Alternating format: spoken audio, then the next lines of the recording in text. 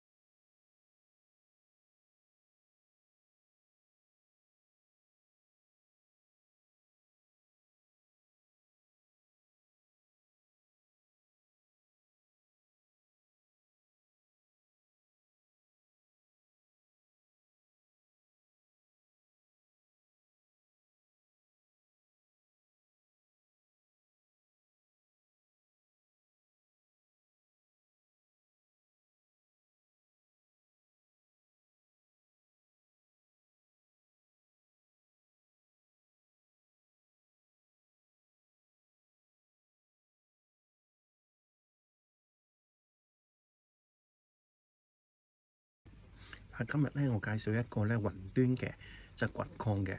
咁咧 Android 手機咧就可以 download 呢個雲端呢個係啦。咁我哋撳咗入去睇下先，有咩分別先嗱？撳咗入去咧，咁咧要睇翻你啦，嗱呢度咧就要睇翻你個戶口啦。你個戶口係咩？用個 Gmail 形式嘅，咁你就可以用 Gmail 啦嚇。咁就仲有可以咧就掘礦嗰時咧合約咧就你可以撳呢個8小時，同埋咧撳24小時呢個。咁就講真咧就可以不停喺度掘噶啦，就唔需要成日掛住部機喺度掘礦噶啦。咁就算你攞錢咧好方便㗎，因為攞錢咧可以隨時攞得㗎。個方法就係講真有呢度位置教你點做㗎啦。咁就嗱呢度咧就係任務啦，任務咁你可以 download 呢個嘅。咁但係呢個咧任務咧就係你每日咧就要撳一個掣，佢就完成咗個任務之後咧就講真就有一個獎賞就喺呢度位置啦，就係獎賞啦。個任務每日獎賞嘅係啦，咁就我覺得幾好玩咯。講真係 OK 咯，係啊。